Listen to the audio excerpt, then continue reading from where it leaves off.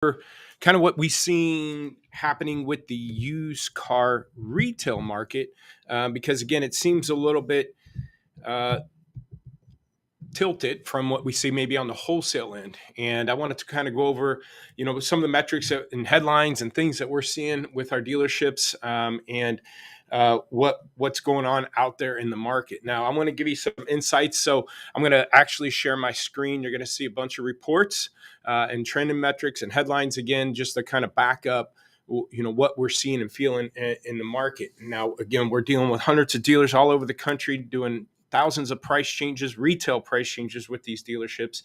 And here recently, matter of fact, the wholesale market is increasing. So let's go ahead and start. Let's share some screens here and share screen right here. And I'm going to go right to this one right here. All right. So this is Black Book. Okay, and you can see wholesale prices actually are trending up. Now, this is a traditional seasonal uptick in wholesale prices. And what I mean by that, we're going into tax season. So, of course, you're going to see wholesale prices go up. The thing is, wholesale tends to follow retail, okay? Meaning the reason why wholesale is up, because there's been an uptick in retail sales. And I'll explain some of that here in a minute. But here's a couple things that I want you to keep an eye on for the retail information.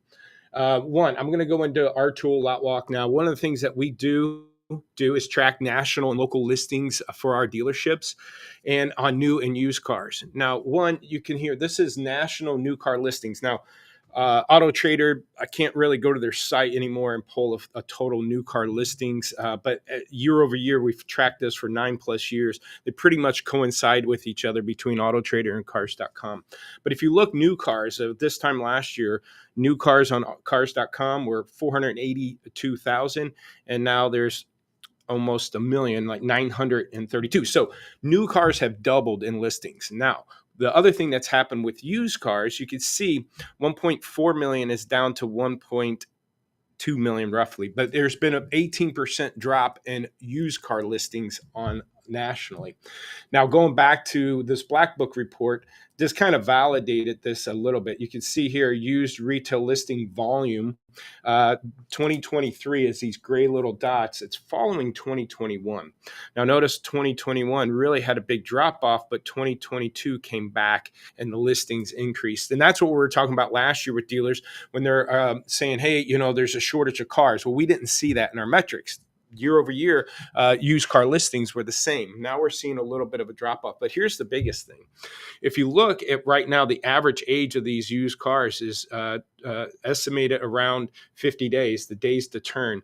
Now it's starting to drop off a little bit. But if you want to compare, remember 2001, when there was less used cars listed out there. If you notice days to turn in 2001, you go especially July here is one of the lowest, around 33. And that's a far cry. And if you go back to the January, February numbers, you could see how they were sitting out here. And that number, 42, is a far cry away from, the 50 that we're at right now. So it's starting off a little bit slower. Our cars are starting to sit. And so as cars are starting to sit, there's still huge amount of retail price drops. Now, one of the things I'll pull up here, I'll go, let's see with this one here. I think I see it right here. So look, now I put popular cars, Honda, there's a lot of shortages on new car Hondas. Okay. So you would think used Hondas could hold their value. A 2021 Honda Odyssey with only 33,000 miles, $1,800 price drop just in a month. Okay. Now let's take a peek at this F-150 here. Here's an F-150, a 2020. Price went down $4,700 since January. Okay. Here's a Ford Escape, a 19 Escape with only 21,000 miles, another $1,500 drop in pricing. Here's a Toyota 4Runner. It had a $1,500 drop in pricing in less than a month. Here is a Toyota Camry, a 21 Toyota Camry, 18,000 miles on it. Similar, kind of like new cars, have dropped $1,300. Okay. So you're starting to see, here's another Honda Passport, $4,000 drop since January. Okay. Now, all you have to do, how you see this kind of stuff, just go to CarGurus. I mean, here's a CarGurus Toyota search. Okay. Check this out. You go to this Prius right here. 25 grand car, and you can say whatever you like about Priuses, but if you notice right here, price decreased $5,900, 6 grand since January 9th. This car has decreased 6 grand.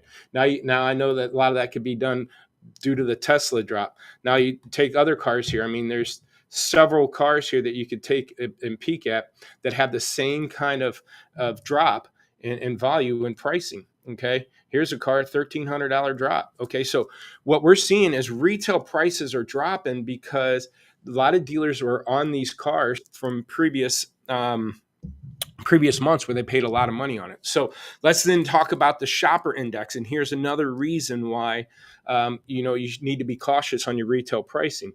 If you look, again, this is Google Trends on the shopper activity of people looking for used cars on Google. And we've trended this out for 9+ years. And I'm going to show you, I'm going to go back 5 years even. But if you look year over year, last February, March, on a scale of 100, by this time, end of February last year, on a scale of 100, the shopper index was at 93 and it peaked March 6th. So again, I know we got a couple weeks to get to March, but then after that, it drops down into April. So you're talking, you got a 30-day window here before it drops off. Now, if you look comparably where we're at 75. Okay. So that's a good 20% drop in shopper activity. So even though there's less inventory, there's also less shoppers, kind of even playing field or even lower. And if you really want to take a peek at this, let's look at a 5-year pattern. Now, the reason why I want to look at a 5-year pattern, again, if I go back to 2018 pre-COVID, the shopper index around this time was at 94. Again, if you compare it, we're at 60 right now. And in 2019, the shopper index around this time was at 100. But notice, again, every year around April, it drops down into the 60s. Back here in April, it dropped down into the 70s, drops down into the 60s. And then, of course, we hit COVID here, so the shopper indexes was really low.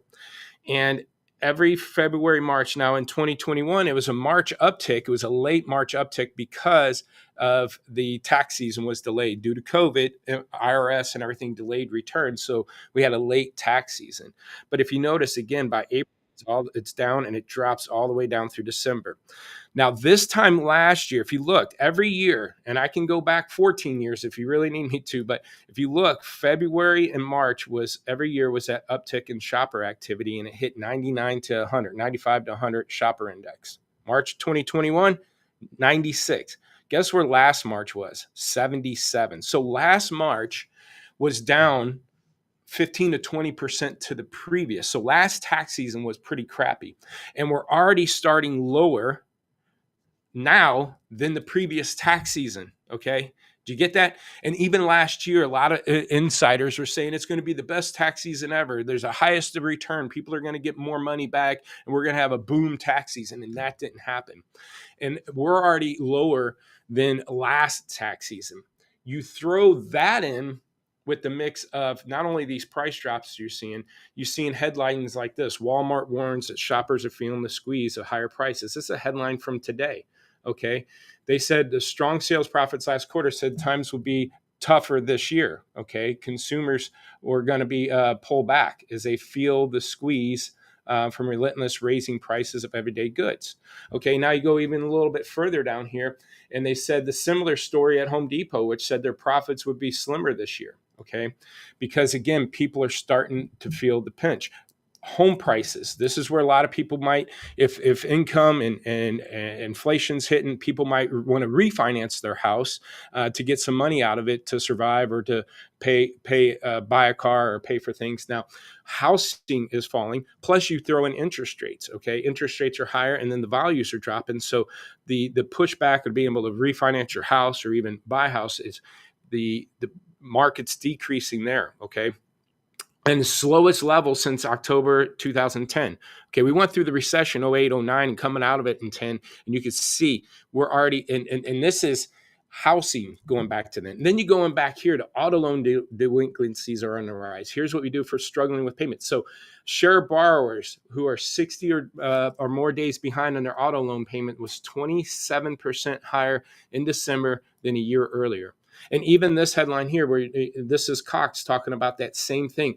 But new car, okay, new vehicle affordability touches a yearly low for the month of December. New research indicates auto loan rates surged 20-year high the final months of 2022, average of 49.5. The medium consumer needs to spend 80% of their wages just to buy a new car. So if new car prices are going up, and they can't afford it, guess what happens? And we're already seeing it. Again, new car inventory has doubled already. Okay. Rebates and incentives are going to come up to drop this down so people can afford more new cars. Okay. And guess what happens when new car inventory upticks? Okay. New car inventory upticks, then the trades start coming in. All right. So I am going to stop sharing my screen. So those, again, are just some of the trending metrics. If you see where shopper index is already 10, 15, 20% below last year. Last year was 15, 20% below the previous year. We got higher interest rates. And here's what's happening on retail sales too. Because I was just part of 2 vehicle acquisitions. I co-signed for my son, and we just bought my wife a car. Now, the car we bought for my wife had a $9,000 drop since November. $9,000 drop. Okay, 20% drop in retail pricing. So guess what? We went ahead and grabbed it, even though my wife's lease isn't up until June. Okay, that we're not going to turn in. We have 2 car payments on her right now because I went ahead and purchased it because one, she wanted something new, and we're going to do something on her lease possibly on the side. But my fear was, one, I seen the price drop $9,000, but 2, interest rates are continuing to go up. Okay. And so with the Fed raising rates, if I wait another 5-6 months, my interest rate might be higher. I might be able to save another grand or two as these prices drop by then. But I might be paying an interest rate. So we went ahead and pulled the trigger as a nice certified service at the dealership, one owner type vehicle. So here's the other thing. The reason why I think there's shortages of used cars right now, it's not so much, they built less over the last 3 years. Okay. But we still retailed 13 million used cars or new cars last month, or they sold 13 million new cars and 15 million the previous year. So those numbers are still pretty high. Now, if you compare it to the 17 million peak, but our 13 and 15 million new cars being sold over the last few years is the same as like 11 and 12 as we came out of that recession. So here's a couple of reasons why I think the used car inventory is a little bit low right now. One, the wholesale, the lane's still running at about a 51% no sale rate. Okay, 51%.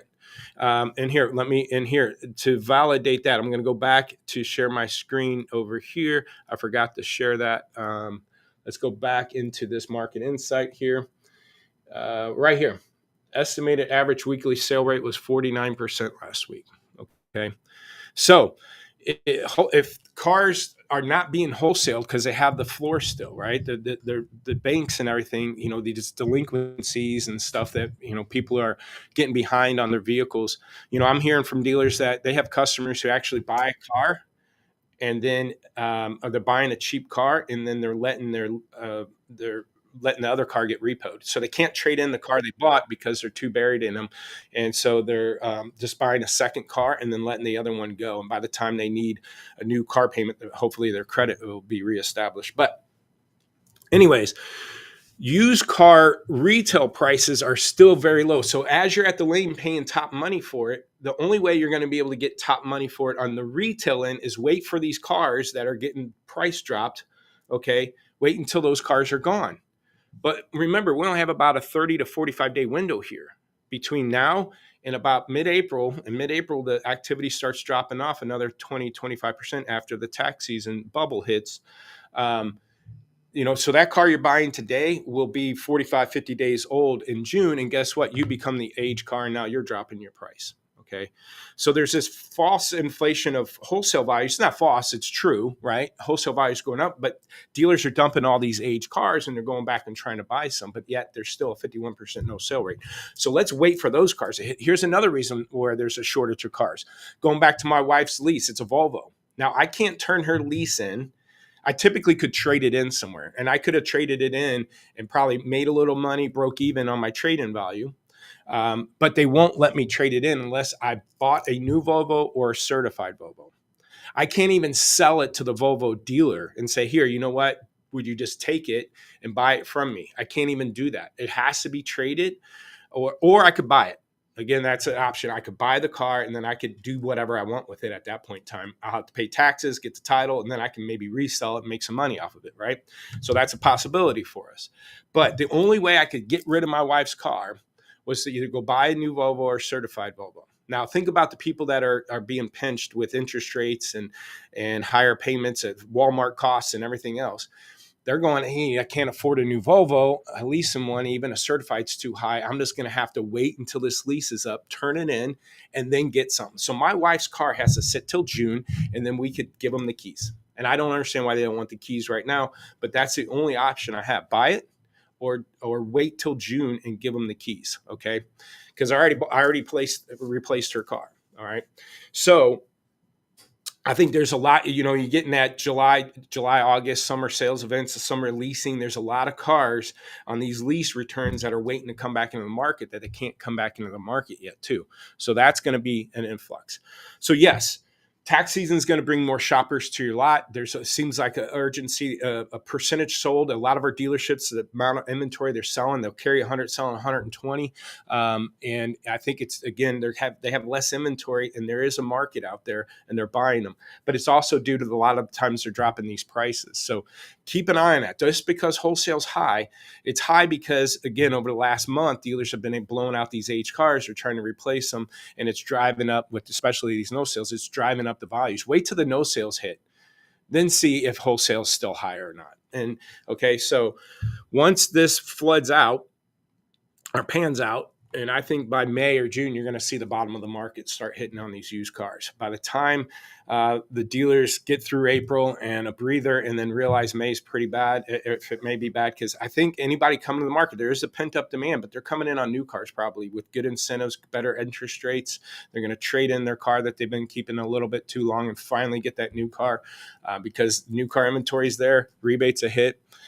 That's our insight. This one's a little bit longer. If you'd like to see how Lotpop can help you stay ahead of this, both with inventory and leads all together in one system, be able to manage leads based on situations on your lot, not just by managing the age of the lead, go lotpop.com, get a demo.